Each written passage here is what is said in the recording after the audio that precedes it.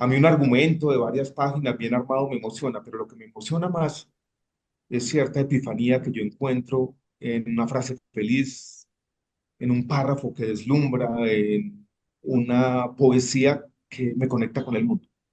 Tienes una cita de Borges que es: la pesadilla es mucho más atractiva que el sueño. Yo había, en el libro anterior, en No espero hacer ese viaje, el libro de Stefan Zweig, empezado a sentir que estábamos entrando a una especie de época de locura. Y yo creo que este libro retoma esa idea, recoge esa idea de nuestra época de locura, recoge esa idea de esta transición difícil, de este mundo incierto. Pero Octavio, yo no quise escribir un libro tampoco completamente pesimista, a pesar de que el libro coquetea con las distopias aquí y allá. En el fondo hay detrás, como subyaciendo esta historia, una defensa del humanismo en épocas de locura también. Y hay cierta parodia a la distopia. Cuando Mm. los estudiantes están en condiciones muy agrestes, muy difíciles, en barrios muy complejos, dice él, la tarea del profesor tiene que ser otra. El aprendizaje no ofrece perspectivas de futuro. ¿Dónde te ves en 5 años? ¿Sabe qué me respondió? Muerto.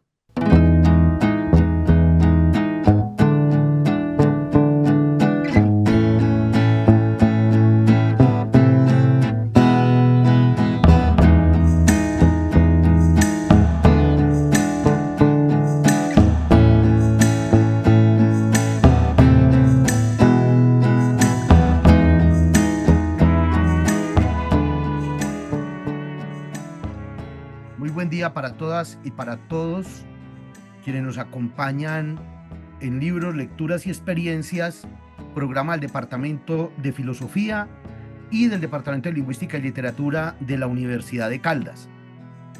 Un programa coordinado por los profesores Octavio Escobar Giraldo, Carlos Andrés Colorado y Orlando Londoño, con la producción de Juan Lince de la Facultad de Artes y Humanidades y de Carolina Guacaneme.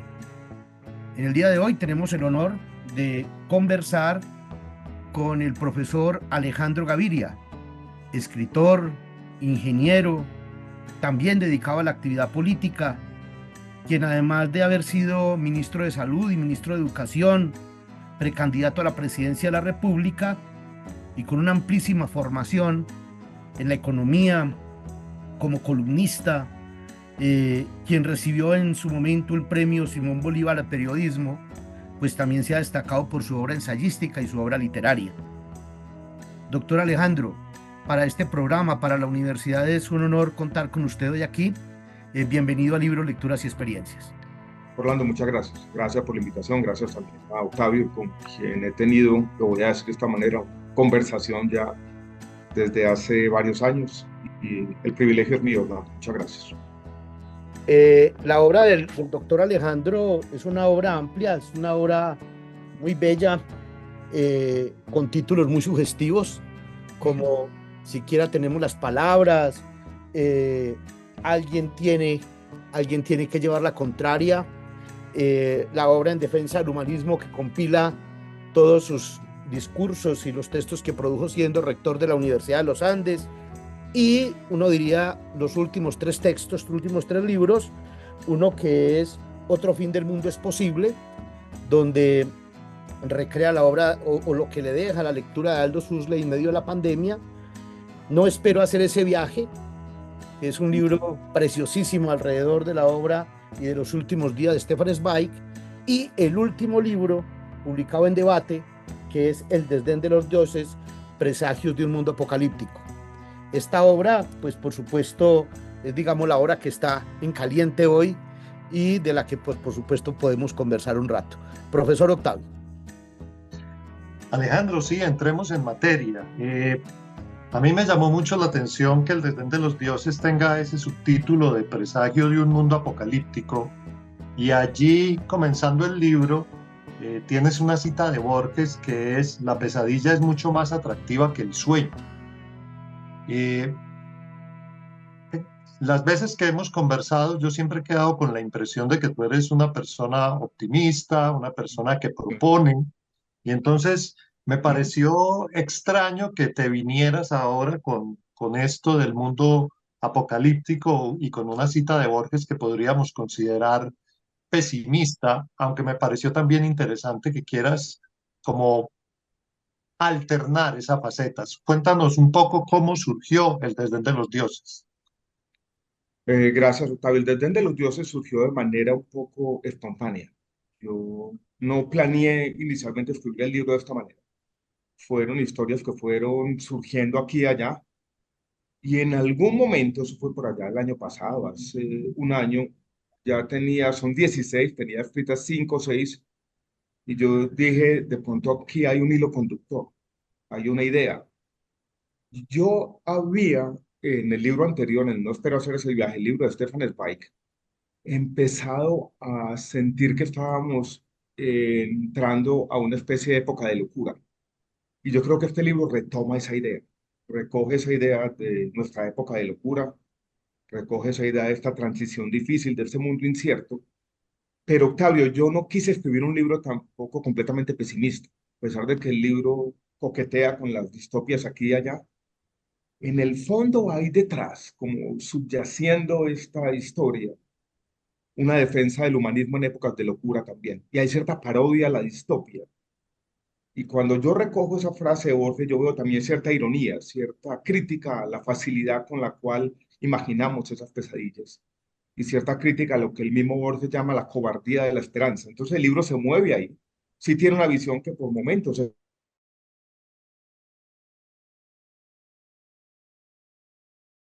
la facilidad, vuelvo y repito, con la que estamos componiendo distopias en estos tiempos.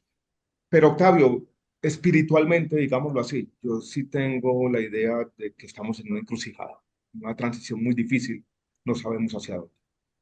Pero, Ujú. doctor Alejandro, yo siento que la sensación de la crisis, de los tiempos difíciles, de los momentos de penumbra, de la incertidumbre, ha sido como un interés suyo en muchos de sus libros y digamos de su obra. Por ejemplo, en Defensa del Humanismo, Reflexiones en tiempos difíciles. Así tiene Por, razón. por ejemplo, eh, Al Huxley puede salvarnos, ¿no? Esto de no espero hacer ese viaje y trae allí su subtítulo, Huxley puede salvarnos. Por supuesto, el desdén de los dioses empieza mostrando por qué hacemos una fuerza enorme en la parte trágica y no en la comedia, porque tiene atrayendo esa cita de Borges de la que hablaba Octavio. Y por supuesto, otro fin del mundo es posible, pues trae también ese elemento. Hace parte digamos eso, de toda la encrucijada de vida en la que se puede mover Alejandro Gaviria, de la lectura de país que hace, porque en la obra también aparece el país, aparecen personajes alrededor de con los que usted comparte. ¿Qué lugar ocupa la crisis, la penumbra, la incertidumbre en esto que es su obra? Orlando, si vamos un poco más atrás en los libros, si miras si quiero, tenemos las palabras, tiene un epígrafe de Julio Cortázar, ahora que tú dices, porque me haces caer en cuenta en esa suerte de continuidad, yo no era plenamente consciente, que repite más o menos lo mismo. Ahí también, si miras el epígrafe, ahora me acuerdo, hay una idea también de que estamos entrando en un momento de crisis, no solamente en Colombia. Yo creo que ocupa un lugar importante, no solamente la crisis del país, sino cierto momento complejo de la humanidad y cierto sentido de la vida, Orlando, cierta mirada a la vida humana, que yo pudiera llamarla un poco con un sentido de lo trágico, y cierta resignación melancólica también por ciertos momentos me ha acompañado toda la vida, en mis actividades profesionales, pero también en mi vida de todos los días. Octavio. Alejandro, hay varios temas que cruzan el libro. Está el tema, por ejemplo, del control, que tiene mucho que ver pues, con la mayoría de las distopías, el hecho de que los gobiernos o las grandes empresas nos tengan más o Mm, menos controlados, un tema que es caro a los escritores de ciencia ficción.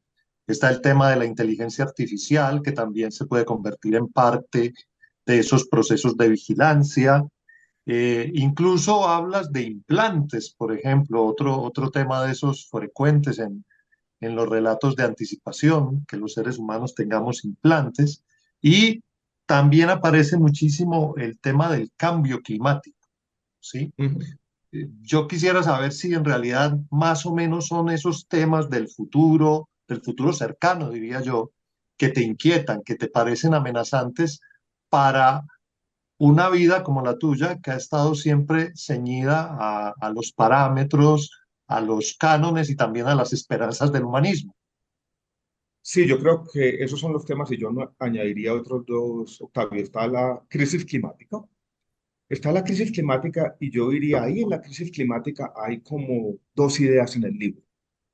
La uno, Octavio, está en un ensayo que se llama Humano, demasiado humano, Mm. que es un ensayo que de alguna manera trata de plantear la complejidad, y yo diría la complejidad antropológica de la crisis climática. Es como si los seres humanos no tuviéramos el acervo biológico para resolver los problemas de acción colectiva a escala global. Y hay como esa inquietud. Y ese libro, ese primer ensayo, esa primera mirada a la crisis climática, un poco trágica, que trata de contrastarse con las ideas más indignadas, más de justicieros cósmicos, más con esta idea de el capitalismo es la muerte y hay que encontrar otra forma de producción, sino mirarlo desde otra óptica, un poco más trágica. Y la idea de que hay en algunas de las propuestas que se hacen para combatir la crisis climática cierta misantropía. De ahí esa crítica al control, deshumanizante. Y esa idea, Orlando, está conectada con mi mundo académico. Yo fui director del Centro de Objetivos de Desarrollo Sostenible en la Universidad de Los Santos. Y recuerdo que en algún momento tuvimos una conferencia, y era una conferencia sobre los diferentes modos de producir alimentos. Había un conjunto de expertos, algunos de ellos de Naciones Unidas, y las propuestas que yo vi ese día eran deshumanizantes. No tenían en cuenta la cultura, no tenían en cuenta que detrás de las formas de producir alimentos y de la agricultura hay una tradición. Hay miles de años de historias. El ser humano no estaba por ningún lado. Era básicamente una receta para producir alimentos para cerdos o para animales, lo que yo veía como la salida de la crisis. Y ahí comenzó como esta idea de mirar el tema de la crisis climática en otra perspectiva. Voy a decirlo quizás más humana. Ese es un tema. Está el tema de la inteligencia artificial de muchas maneras, incluso algunas de ellas poco con una mirada sarcástica de estas formas de inmortalidad que se están promoviendo. Eh, el cuento termina con una especie de diálogo con un chatbot de Voltaire. Eh, Hay otros dos temas. Uno es el de la migración, que me parece interesante, hay un cuentico, y los otros, Octavio, donde tenemos cierta identidad, y es el tema de la medicina moderna y sus falsas ilusiones y Ujú. falsas promesas. Hay también esa idea que recojo mis experiencias como ministro de salud y mi interacción con la industria farmacéutica de alguna manera.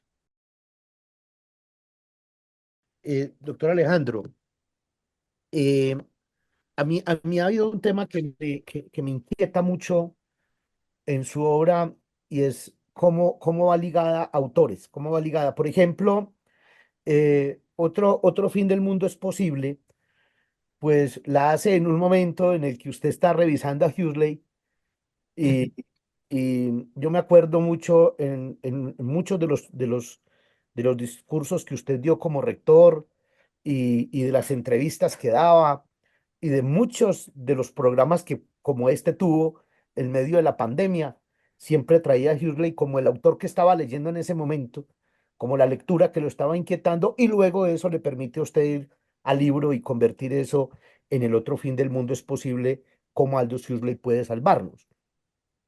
Y eso mismo ocurre en el libro me parece bellísimo, pues, y es No espero hacer ese viaje, que es, yo diría, no solo un libro de profunda reflexión de una ensayística exquisita, yo lo disfruté mucho, Gracias, Ron. sobre Zweig, sobre las últimas cartas de Zweig, sobre, sobre el interés de Zweig de venir a Colombia, no poderlo haber hecho, de su amistad con Arciniegas, etcétera. Y entonces usted también, en esos momentos, usted está hablando de Zweig y las lecturas de Alejandro Gaviria son sobre Zweig y viene al libro. Pero estos dos libros son de ensayo. Lo mismo de siquiera tenemos las palabras. ¿Qué hay detrás? ¿Qué hay detrás de El desdén de los dioses? ¿Cuáles son las lecturas que llevan a Alejandro Gaviria a Ujú. volverse aquí, a dejar de ser un poco ensayístico? Lo dice usted allí, allí también dice usted, esto no son, no son cuentos, son más relatos, diría usted, pero ¿qué hace qué lecturas hay y cómo hace para dar ese paso, digamos, del ensayo a una serie de relatos distópicos, si se quiere, en los que también se recrean temas de profunda realidad como los que acaba de plantear? Orlando, yo no fue plenamente consciente de este tema como de las influencias o lo que estuvo detrás, pero yo mencionaría tres. Una que ya estaba en Siquiera tenemos las palabras, que es Joaquín Machado de Asís. Él Ujú. tiene una serie de cuentos que a mí me gusta llamar cuentos teoría, porque en el fondo son ensayos ficcionalizados. Él tiene una idea, incluso son ideas políticas. Y voy a mencionar uno muy famoso, que es un cuento largo, El alienista. Yo miré ese cuento y lo leí siempre como un científico social. Ahí veía una teoría de la facilidad con la cual una sociedad se entrega y se resigna al autoritarismo. Y siempre lo vi casi que describiendo una trayectoria dinámica, como que casi que uno lo pudiera volver un artículo académico. Entonces esa fue una idea, esa forma de hacer literatura, pero que tiene un vaso comunicante con la ficción. Y me pareció que Machado de Asís en algunos de sus cuentos tenía eso. Siempre me llamó la atención y siempre dije leyéndolo, a mí me gustaría escribir algo así, dadas las proporciones, por supuesto.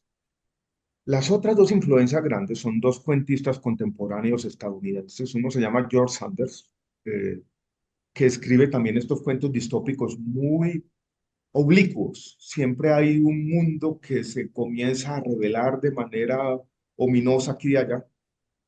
Me pareció una forma muy interesante de crítica social y de observar la realidad y leí con entusiasmo. Y otro es un escritor de ciencia ficción más sofisticado que se llama Ted Chiang, eh, que también me parece que ha escrito sobre todo sobre inteligencia artificial, unas historias muy bonitas, muy interesantes. Ambos han sido, creo, traducidos a Colombia, pero no son muy leídos, están muy encerrados en el mundo anglosajón. Esas fueron como las influencias más cercanas.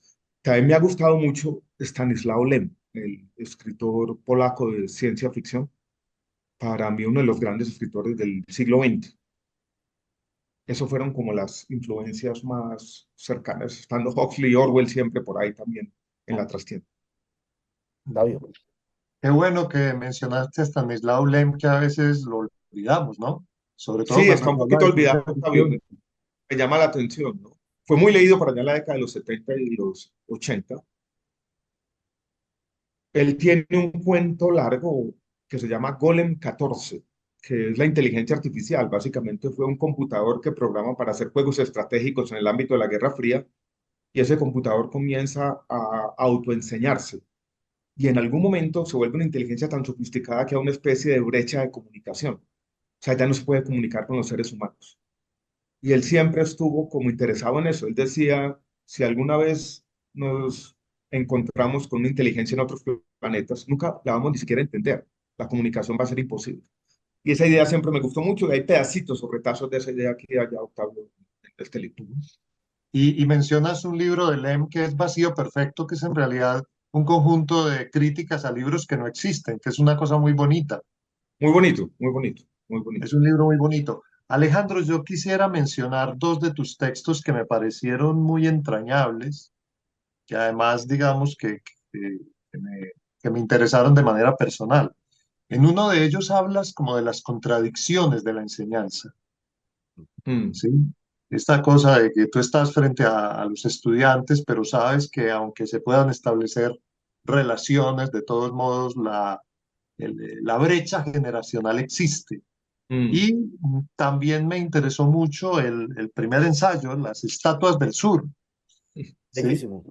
En donde hablas, no sé si de tu padre o de un padre, pero es esos dos textos que digamos son, no es que no sean parte del libro o que no sean coherentes con el libro, pero digamos que se acercan un poquito, que se alejan un poquito de la idea del mundo apocalíptico. Me parecieron muy bonitos, me parecieron muy personales. Quisiera saber si estoy equivocado.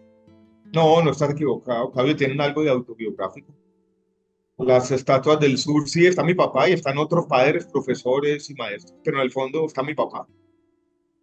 Es una historia sobre el amor que le tiene un hijo a un padre, extendida en el tiempo, en un viaje por carretera, ¿no? De Medellín a conocer las estatuas de San Agustín, todo está más o menos insinuado, no quise ser completamente directo. Pero es una El historia de calor, amor, es una historia de amor, Octavio, sin duda alguna. muy lindo texto. muy Sí. bello, es muy bello. La figura del papá del doctor Gaviria es notable en su obra. También el otro fin del mundo está dedicado a la memoria de él. Mm. Eso es inevitable que se recree. Eh, Y es ese amor un poco al comienzo acrítico hacia el padre, con todo lo que él decía, haciendo lo mío aquí y allá, y después la Pero, reflexión. pero es eso, también pero es también la evidencia de que uno termina pareciéndoseles, ¿no? Completamente, completamente, completamente. y, y esa Esa reflexión, especie como de fusión en la vida, ¿no? Uno, hay primero ese acercamiento, después una distancia, pero después termina apareciendo. Siempre me ha parecido, Octavio, que es un ejercicio existencial complicado. Cuando uno se imagina, se mira en el tiempo, sabe cuántos años tiene, vuelve al pasado y dice, uy, mi papá era más joven que yo en este momento. Y cuando yo lo veía con esa especie de distancia, y yo ya tengo más años que él, complicado. Pero es la vida, ¿no? esa es la Bueno, vida. Y eso también nos y la pasa con nuestros experiencia, profesores. No y hay la algo experiencia irreal de en la el paso del enseñanza. tiempo, no hay algo irreal, a veces difícil de aprender, como de aceptar de manera tranquila. Te decía, y esta experiencia de la enseñanza. Sí, hay un cuento autobiográfico de mi vida como profesor, ¿no? De las ideas que yo tengo de la enseñanza, Octavio. Una reflexión que ha sido más reciente. Yo di clases por mucho tiempo, siempre técnicas de econometría y teoría de juegos. Eh, He pensado, Octavio y Orlando, que los profesores cometemos un error y es nos enamoramos demasiado fácil de los buenos estudiantes que se parecen a nosotros. Olvidamos como una parte del resto de la clase. Eh, yo creo que yo pasé mucho tiempo haciendo deducciones algebraicas en el tablero y debí haber tenido una enseñanza un poco más socrática, ¿no? Hablar con los estudiantes, mostrarles que esas ecuaciones tenían en el fondo de manera implícita una visión del cambio social, mostrarles en la práctica cómo hacía yo la consecución de los datos, cuáles eran los problemas prácticos a la hora de aplicar ese conocimiento, en lugar de concentrarme en la teoría nomás. Yo no sé por qué he tenido muchas reflexiones sobre lo que debía haber hecho como profesora en estos momentos, ¿no? Y ciertos arrepentimientos, y están ahí de manera tácita, o a veces directa, ¿no? De las dos, en ese cuento que es, en el fondo, una reflexión de mi vida como profesor también, ficcionalizada, con otra persona que no piensa como yo, tiene una visión distinta del cambio social, una visión distinta también de la vida política, pero en el fondo lo aprovecho para hacer esa reflexión como profesor. Hay ese otro cuentico que tú mencionaste, Octavio, que se llama Implantados, que yo Sí, escribí en el celular y lo escribí una semana después de haber dejado de ser ministro de Educación, después de haber dado un discurso. Y lo escribí con un solo propósito, con decir una frase. Ya estaban todos los estudiantes implantados, tenían un chip. Ese chip le permitía acceso a todo el conocimiento. Es básicamente lo que tenemos hoy en los teléfonos celulares. Hay un acceso inmediato a todo.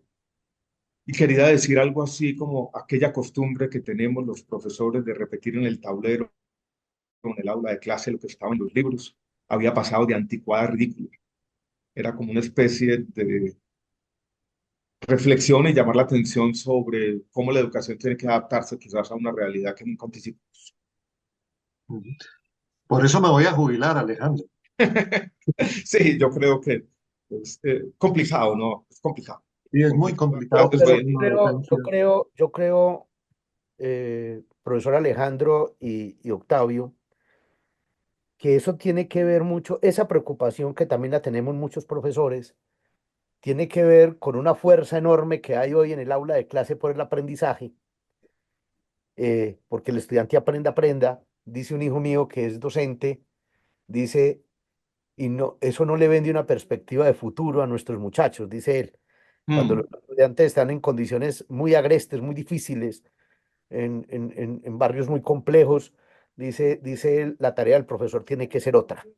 Dice, tiene que ser otra, porque el aprendizaje no ofrece perspectivas de futuro. Y quizá esa preocupación la tiene uno, ¿no? Cuando uno llega a la universidad pública o privada y encuentra un mundo de estudiantes en los que a veces la universidad es apenas un escape a un conjunto de condiciones muy difíciles de vida, pues seguramente allí aparecen ese tipo de preocupaciones que usted tiene y que también tiene Octavio y que lo llevan a pensar muchas cosas. completamente, Orlando. Yo estuve dando una clase hace aproximadamente 6 meses en un colegio aquí en el sur de Bogotá. Hablamos de literatura, había como siempre un grupo de estudiantes interesados, pero vi que era difícil conectarse. Y en algún momento dije, voy a cambiar y vamos a hablar. Y se me ocurrió hacer la siguiente pregunta. Había un estudiante en la página, en la parte de adelante que yo lo vi inquieto aquí y allá con el celular, interesado, pero a veces como con preguntas.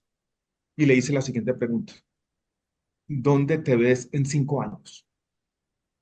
¿Sabe qué me respondió? Muerto. Es así. No sabía qué hacer.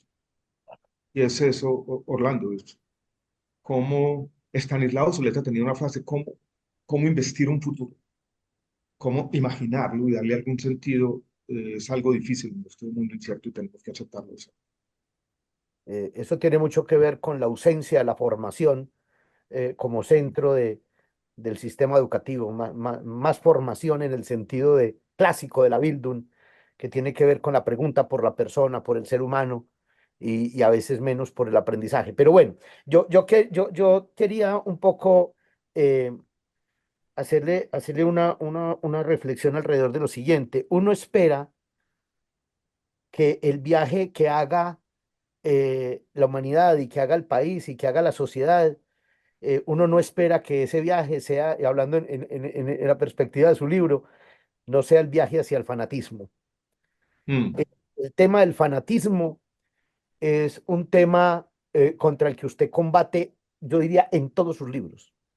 En toda parte está presente la necesidad de la crítica, cómo romper la caída en el fanatismo, las implicaciones del fanatismo.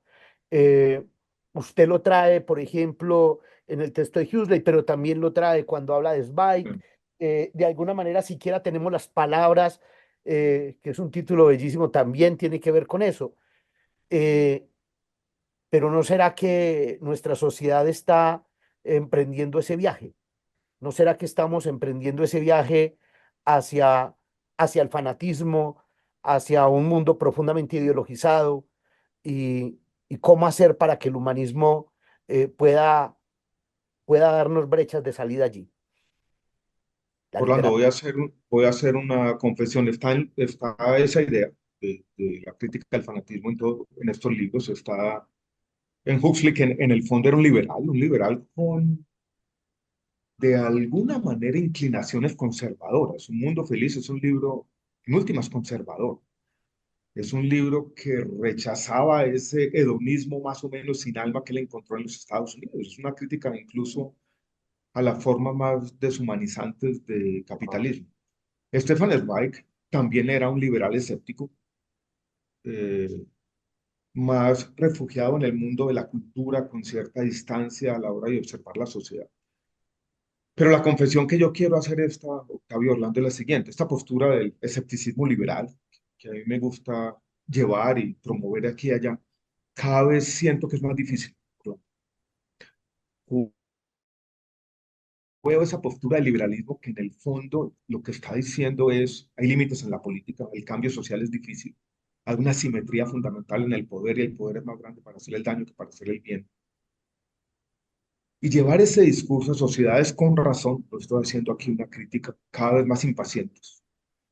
A veces me está pareciendo, no sé, como que esto tiene un límites también, que esa postura del escepticismo liberal cada vez encuentra audiencias a su vez más escépticas sobre esta idea del escepticismo.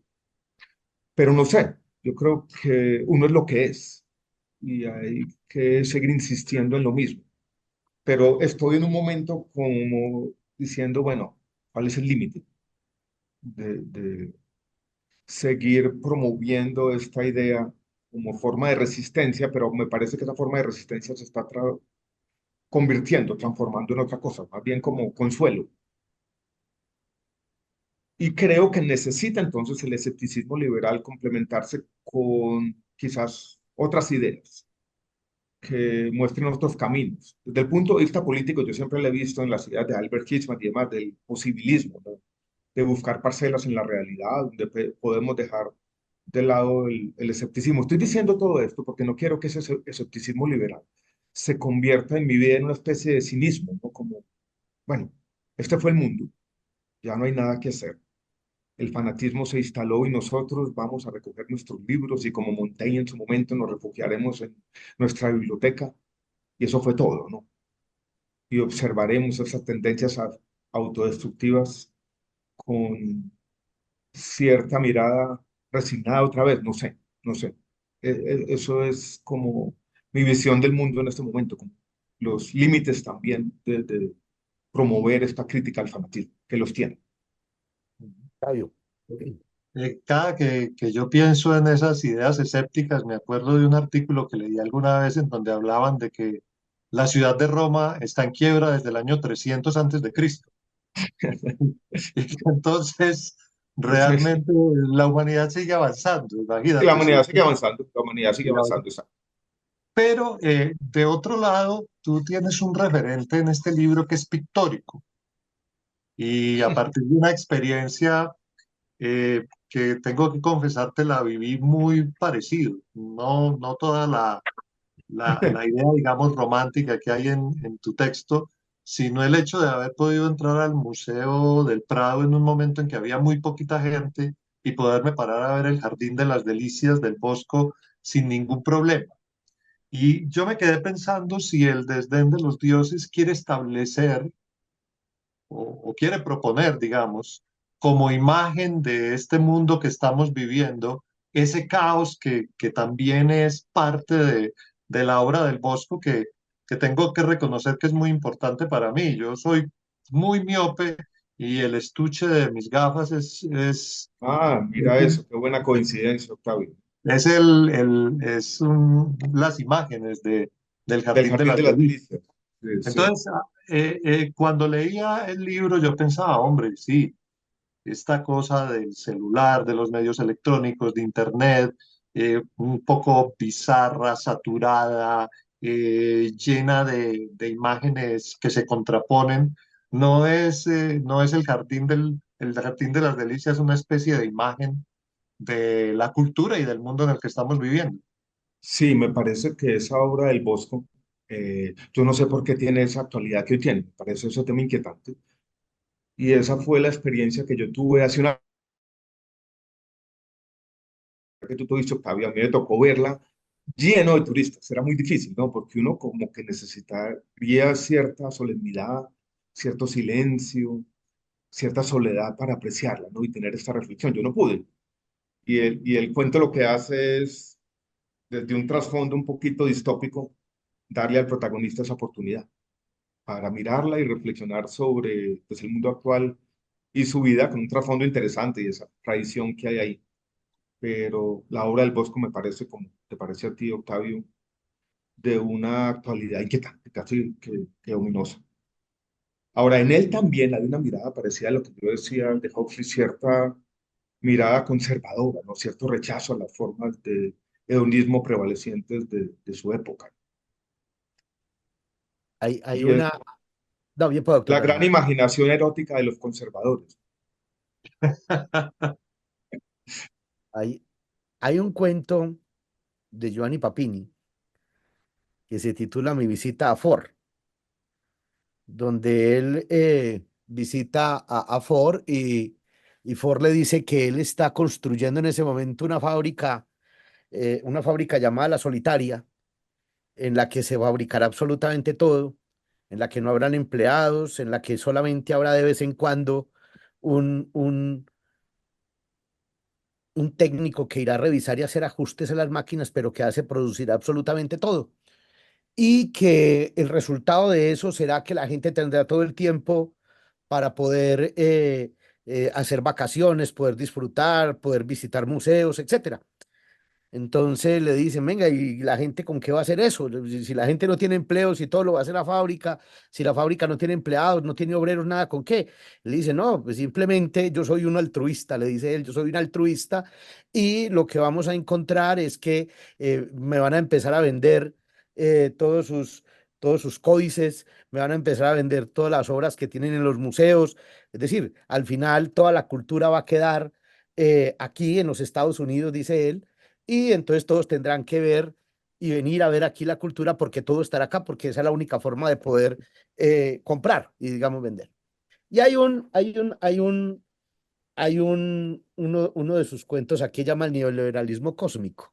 El liberalismo cósmico, que es esta carta, que es un comunicado público de París de 2023, que se me parece mucho.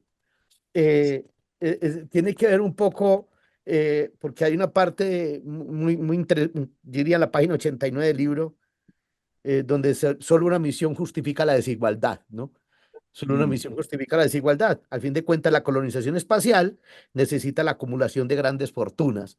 mm. Y háblenos un poco de eso, de esa idea de un liberalismo cósmico, porque es bastante distópico y se me pareció mucho a esa visita que le hacen a Ford. eh, Al final Mm. termina diciendo, allí Papini, pues el personaje del cuento termina diciendo, ha sido los whiskies más exquisitos que me he tomado. Ese cuento del neoliberalismo cósmico, esa carta, yo pensé si lo incluía en el libro, no, Orlando de Octavio, porque era como el que tenía una referencia más directa a aspectos de nuestra realidad política, porque de alguna manera está construido también sobre la famosa frase o afirmación del presidente Gustavo Petro en Naciones Unidas, sobre el virus de la vida Mm. en toda la galaxia, aquella frase famosa. Y me pareció interesante que esa frase tiene muchas afinidades con la locura y el hibris de Silicon Valley hoy en día. Es la idea de que los problemas de la humanidad ya no están aquí, ya no son terrenales, ya no son mundanos. Y para que eso se dé, y para que esa especie de sueño un poco utópico, y en mi opinión particular desaforado ocurra, se necesitan grandes oligopolios, o sea, una acumulación de capital muy grande, ¿no? Porque el presidente de Colombia, que ha sido un crítico de todo eso, está amplificando esas ideas? Me pareció eso paradójico. Y lo traje a cuento porque refleja esa afinidad contradictoria, pero que de alguna manera está por ahí, en el espíritu de los tiempos, ¿no? Y entonces ese cuento está escrito como un conjunto de estudiantes de ciencias sociales que de alguna manera señalan esa contradicción y se preguntan, y bueno, ¿y dónde están los deseos de justicia social ahora? Puede que la humanidad conquista las estrellas, pero no podemos renunciar a nuestro presente. Eso es un poco como lo que hay detrás de esa idea escrita en modo satírico. Yo también he sido un lector interesado en Jonathan Swift, por ejemplo, que es tal vez en la historia y la literatura del más grande de nuestros satiristas. Ujú. Alejandro, el desdén de los dioses termina con Voltaire Sí, y a mí no me pareció casual. no, no es casual del todo. Me No es casual. parece que es una figura histórica y una figura literaria que tiene muchísimo que ver con los temas que estás planteando, ¿sí? Y que tiene además, y lo mencionabas hace un rato, también la idea esta de, venga, todo esto está tan despelotado, todo esto está tan caótico, que mejor me voy a cultivar mi jardín, Mm. Con esa idea eh, termina uno de sus libros, ¿no? ¿sí? Que el cándido. Mm. Que en el fondo ahora pienso, Octavio, me hiciste pensar y esta como afinidad no lo había visto. Voltaire era un ensayista, pero utilizaba el ensayo ficcionalizado también. O sea, la literatura para transmitir una idea. En este caso, esa crítica que se hacía a la ilustración y Pangloss, y vimos el mejor de los mundos posibles. y demás. Y era también, o fue toda la vida, un elocuente crítico del fanatismo y la locura de su época y de todas las épocas. Y yo quiero poner a Voltaire en el libro como a imaginarse este momento, como si uno pudiera traerlo aquí y con sus ojos entender la incertidumbre y un poco como la crisis climática. Y la Ujú. primera mirada que yo quise darle a él, haciendo ese ejercicio de la imaginación, no es la mirada crítica, es la mirada sorprendida y de alguna manera la mirada que dice, es un milagro lo que está ocurriendo, ¿no? Estos vehículos que se mueven con gasolina, ¿no? Él decía, desenterraron el sol y se lo dieron de comer a sus máquinas. O sea, ¿qué ha pasado en este planeta? Eso. Pero después comienza Voltaire a preguntar y se da cuenta que también el hombre estuvo en la luna y allí hay unas huellas que van a quedar por siempre. Y hay un sentido en ese diálogo como compasivo de la autodestrucción, al mismo tiempo nuestro gran ingenuo, pero una especie de voracidad o instinto o inclinación autodestructiva. Quise traerlo ahí con un trasfondo de la inteligencia artificial, porque esa idea de Voltaire de conversar con un filósofo es una idea hoy posible. Orlando de Octavio, yo leí por internet hace aproximadamente 6 o 7 meses, está al comienzo de este libro, un ejercicio que hizo una científica alemana con un científico y filósofo estadounidense que acaba de morir. No sé si lo han leído o oído alguna vez. Daniel Dennett. Claro, claro. Daniel Dennett escribió un libro muy bonito sobre las ideas de Darwin que llama Darwin, la idea peligrosa, una idea peligrosa. Y esta señora cogió toda la obra de Dennett y hizo un chatbot, una especie de chat GPT Los de de sus Darwin. libros. Ahí está, la peligrosidad de Darwin. Y después hizo lo siguiente. Le dijo a Daniel Dennett, ¿por qué no participamos en el siguiente experimento? Entonces hizo 6 o 7 preguntas sobre su obra, se la mandó al mismo filósofo Dennett y se las preguntó a la inteligencia artificial, una y otra. Y después le envió los 2 textos a una serie de expertos, profesores en universidades de Europa y de Estados Unidos, a que dijeran, bueno, ¿quién escribió qué? ¿Qué escribió la máquina? ¿Qué escribió el ser humano? Y no fueron capaces de distinguir una cosa de la otra. Y si eso es así, pues en el fondo podríamos revivir a cualquier pensador, podríamos conversar con ellos de alguna manera. Estoy exagerando, por supuesto, pero hay detrás esa especie de ciencia ficción. Este libro tuvo un primer título que los editores rechazaron rápidamente porque pues, era un poco extraño, llamaba Distopías cercanas. Pero optamos por este otro título que en el fondo en algún momento conversamos con ChatGPT a ver qué título sugería. No sugirió este de manera directa, pero hubo algo parecido. Y había como cierto abandono espiritual del ser humano, que es lo que quiere significar el título. Eh, pues hoy en día los grandes problemas que tenemos los profesores en muchos casos es poder distinguir cuando los Completamente. textos, la IA hasta se inventa las citas, inventa citas de los autores, etc.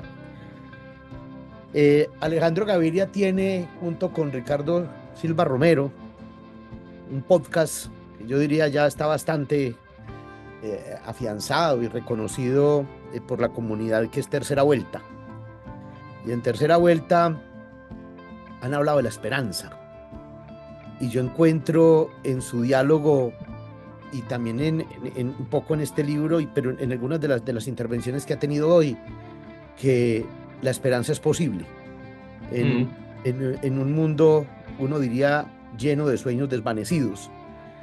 Ha aparecido en medio de ese escepticismo la esperanza, digamos, en la forma y el pensamiento de Alejandro Gaviria. Yo sí creo, a mí me gusta citar a veces en escenarios más académicos, más del lado mío, economista, un título de un libro de Albert Hirschman que llama Un sesgo por la esperanza. Eh, Me gusta pensar que no podemos renunciar a nuestra capacidad colectiva, no sé si para resolver plenamente, pero para enfrentar algunos de los problemas más urgentes que, como decía hace un rato, tienen que ver con estos asuntos de acción colectiva. He sido un crítico de lo que me gusta llamar las utopías regresivas, o sea, de aquellos que proponen soluciones definitivas. Creo que no existen las soluciones definitivas. Me he defendido cuando me critican y para hablar un poco de mi papel como funcionario en el pasado, cuando me dicen, bueno, usted habla mucho del sistema de salud, pero no resolvió todos los problemas. La respuesta que puedo dar es que algunos de ellos no tienen una solución definitiva, que hay que lidiar con ellos y hay que quizás evitar las fallas sistémicas y los problemas más graves, que esa es la labor fundamental. He sido moderado en el sentido que quizás nuestra función pública como funcionarios o como participantes de nuestras sociedades no hacer daño, pero nunca voy a renunciar a esas formas de esperanza. Me gusta citar una frasecita de Jorge Luis Borges que tengo por ahí en una página web que ya nunca actualizo, que dice algo así: nunca, no entendemos los designios del universo, pero estoy convencido, decía Borges, de que si actuamos con justicia y razonamos con lucidez, ayudaremos a esos designios que nunca nos serán revelados. Me gusta esa especie de optimismo, de esperanza, que si uno actúa con justicia y razona con lucidez, en algo está contribuyendo al mundo, Orlando, y esa es la esperanza que creo que no podemos perder. Octavio. Pero ya como para ir cerrando el programa y para ponerte un poquito en aprietos, porque creo que te gustaría mencionar a muchísimos filósofos y escritores, si ese chat de dentro de 6 meses, un año, te da la posibilidad de conversar con alguien del pasado, ¿con quién te gustaría hacerlo? Eh, Me gustaría, pues yo he escrito esos dos libros con Huxley, de Aldous Huxley y Stefan Zweig, con alguno de ellos me gustaría. Yo he sido un admirador de la obra, ya lo mencionábamos, de Charles Darwin, me gustaría también preguntar con ellos. Pero el principal sería algo que un escritor que mencionamos antes de empezar, y es Joseph Conrad. Se están cumpliendo 100 años de su muerte. Su mirada al mundo de esa época, ¿no? Su mirada a los grandes problemas éticos de los seres humanos. Su mirada basada en el conocimiento del mundo entero como navegante. En los inicios del siglo XX, traerla ahora y verlo observar este mundo me parecería una cosa extraordinaria, Octavio. Yo, Creo que yo, tendría mucho que decirnos, pero básicamente ver al Conrad asombrado de lo que pasa. Él en el fondo fue un protagonista de lo que podríamos llamar una primera fase de la globalización, del comercio mundial, y traerlo a este mundo y mostrarle esta otra fase, un poco desaforada de la globalización, y ver qué pudiera decir con su mirada asombrada sería una maravilla. Me eh, gustaría estar en ese diálogo. No, yo, extraordinario sería. pero para, Tendremos que seguir conversando con sus libros. claro, para nuestro programa de libro, lecturas y experiencias, que también seguramente nuestros estudiantes lo van a ver y profesores lo llevarán a las clases. Yo creo que hay dos cosas que son muy importantes de la vida de Alejandro Gaviria que tienen que ver con cómo es de multifacético y cómo hace, porque uno de de los grandes líos, lo hablaba ahorita Octavio con usted antes de empezar, decía, tenemos serios problemas con el tiempo. El tiempo es un problema. Y uno ve que usted insisto, ahorita nombraba un podcast que usted muchas veces dice allí, nos toca armarlo a punto de WhatsApp, eh, produce libros, produce una obra, tiene la posibilidad de ser profesor universitario, también desarrolla una actividad política. ¿Cómo es la vida de Alejandro Gaviria que le permite y qué disciplina tiene que le permite además a tener una vida de familia, compartir Mm. con su hijo, estar pues digamos en su vida de pareja? ¿Cómo hace Alejandro Gaviria para decirle a nuestros jóvenes hoy que hay una disciplina y hay un rigor y hay algo que el tiempo tiene que permitirnos hacer? Porque Mi lo vida, que no hizo y no tuve tiempo, no tuve tiempo, no tuve tiempo. no, mi vida es una vida normal, Orlando. Eh, es una vida, en el fondo, a pesar de todo, tranquila, ¿no? En familia. Lo que sí tengo y he tenido desde el colegio quizás es cierta disciplina, ¿no? Cuando tengo un proyecto en mente, me gusta ejecutarlo, ponerme unos plazos, tener un cronograma. Cuando estoy escribiendo, no sé ustedes cómo hacen, Orlando, Octavio, que es mucho más prolífico que cualquiera y tiene una carrera consolidada impresionante como escritor. La mía no es tanto, yo en esto me considero más un aficionado. Y les voy a confesar algo, el hecho de tener una vida un poco en diferentes fases, una vida como académico, si se quiere, como escritor y como político, a veces Orlando es difícil y viene acompañado de inseguridades. Por ejemplo, yo cuando iba a publicar este libro, no sabía, Octavio, si valía la pena o no. De dar este paso, como entrarme en la ficción, me parecía a veces decir, bueno, ser una persona que ya tiene una vocación consolidada y que es un narrador, no estaré yo siendo un poco irresponsable o no sé, o irrespetuoso con personas que han construido su vida, pero yo dije, bueno, es mi visión. Y como he tenido esta vida que he tocado tantas partes y he estado en contacto con la industria farmacéutica y con los debates de la sostenibilidad y con los debates políticos, pues es esa visión, que no es la visión más profunda completamente, pero es una visión abarcadora, horizontal y abarcadora, sin más de tratar de tener proyectos que no son de muy largo plazo. Yo no sería capaz de adentrarme, por ejemplo, en un proyecto de 6 o 7 años, de escribir una gran novela de 600 páginas. No es mi forma de operar, el cerebro no lo tengo para eso. Lo tengo para un libro como el de Stephen Zweig, es hacer una investigación, pasar 6 meses haciendo la investigación, otros 6 meses escribiendo, otros 3 o 4 revisándolo, y en un año terminar ese proyecto. Y eso sí, cuando me propongo el proyecto y tengo el índice del libro ya listo y más o menos delineado, y sé escribir y darle todos los días 1.000 palabras diarias, y si me dan las 10 de la noche y no he cumplido la meta, no acostarme hasta las 2 de la mañana y levantarme al día siguiente, revisar lo que escribí y darle todos los días. Eh, Yo creo que escribir, y Octavio lo sabe y tú lo sabes también, requiere disciplina. No hay salida, ¿no? Es Y cierto. requiere paciencia también. Yo soy un poco impaciente, ¿sabe? Como cuando voy en la parte mitad del libro, me entra cierta paciencia por terminarlo. Me tengo como que decir, no, tranquilo, tranquilo, tranquilo. Ya habrá tiempo de terminarlo y si me demoro 2 o 3 meses más, no pasa nada. Pero esa impaciencia que ha sido parte de mi vida y que me ha llevado quizás a habitar muchos mundos, no uno solo, es la que me impide meterme en un gran proyecto de 600 páginas o un gran ensayo sobre todo. Y por eso me gustan ciertos elementos que yo llamaba arqueología literaria, como entender una parcelita de la realidad bien y esa proyectarlo.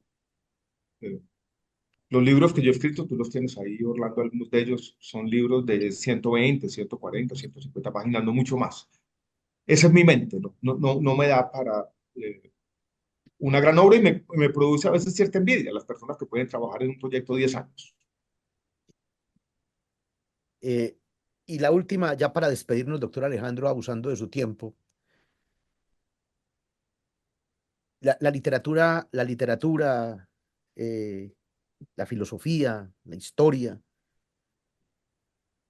de alguna manera responden a la pregunta o responden a la afirmación siquiera tenemos las palabras. Mm, Siquiera tenemos las palabras para no emprender cuál viaje, ¿cierto? Para mm. rehusarnos a dar cuál viaje. ¿Cuál es el mensaje que le deja Alejandro Gaviria en su experiencia de lector a nuestros oyentes, especialmente a nuestros oyentes jóvenes, en libros, lecturas y experiencias? Mi vida como lector ha sido, pues, una forma de entender el mundo, pero la experiencia que más me gusta transmitir como rector es la emoción. Y la emoción como lector yo la encuentro desde un sentido un poco más poético. Y por eso me gusta lo que tú dices, Orlando, de las palabras. A mí un argumento de varias páginas bien armado me emociona, pero lo que me emociona más es cierta epifanía que yo encuentro en una frase feliz, en un párrafo que deslumbra, en una poesía que me conecta con el mundo. En el fondo yo soy un lector que lo que me gusta subrayar y lo que más recuerdo es la frase o el párrafo, no es el capítulo grande, ¿no? Me gusta leer desde esa óptica y por eso me gusta la poesía, es la emoción en las palabras, cuando se juntan las palabras de una manera que es imprevista, que capturan cierto tema misterioso y me gusta leer buscando eso, buscando cierta emoción y a veces me produce una emoción tanto que me paro, que no sé qué hacer con eso, las apunto en una libretica, quiero hacer las mías y es la emoción de leer y me parece que en nuestra experiencia de vida tener esa emoción y poderla disfrutar es extraordinario, es lo que uno quisiera transmitir como lector. Doctor Alejandro Gaviria, en nombre de el programa Libros, Lecturas y Experiencias de la Facultad de Artes y Humanidades de la Universidad de Caldas, toda la gratitud, inmensa gratitud por haber sacado este ratico de su tiempo para conversar con nosotros. Octavio, no sé si quiera despedir al doctor Alejandro y... No, Alejandro, simplemente agradecer tu tiempo, muchas gracias, agradecer tus ideas, agradecer tus libros y espero que sigamos dialogando. Tenemos a Así Conrad será. ahí, que un día de esto lo revivimos con la inteligencia artificial y tendremos otros temas de los que espero podamos hablar. Muchísimas gracias por atendernos. Gracias a Orlando, gracias a Octavio. Yo voy a hacer una confesión aquí. Fue en el año 2018-2019, Octavio, que nos encontramos en una mañana de sábado en Manizales. Yo llegué temprano a una presentación que tenía en la Feria del Libro. Y no sé si agradecerle o no, yo creo que es lo contrario, no agradecerle. Octavio fue el primero que de alguna manera insinuó que yo iba a terminar en la política. Yo en ese momento le dije, no, hermano, yo no estoy hecho para eso. Y pasan los años y aquí estamos después de esa vuelta. Terminó. Muy bien. Doctor Alejandro, no, apenas nos desconectemos, nos espera un momentico, no se nos vaya a desconectar. A todas las personas que nos escuchan en Libros, Lecturas y Experiencias, de nuevo el agradecimiento al doctor Alejandro Gaviria, a Octavio Escobar Giraldo, a Carlos Andrés Colorado, a Juan Lince por la producción y a Carolina Guacanemi. Mil gracias y nos veremos pronto en un nuevo programa Libros, Lecturas y Experiencias. Muchísimas gracias. De mi parte igualmente. Un abrazo a todos y muchas gracias. Un abrazo a todos.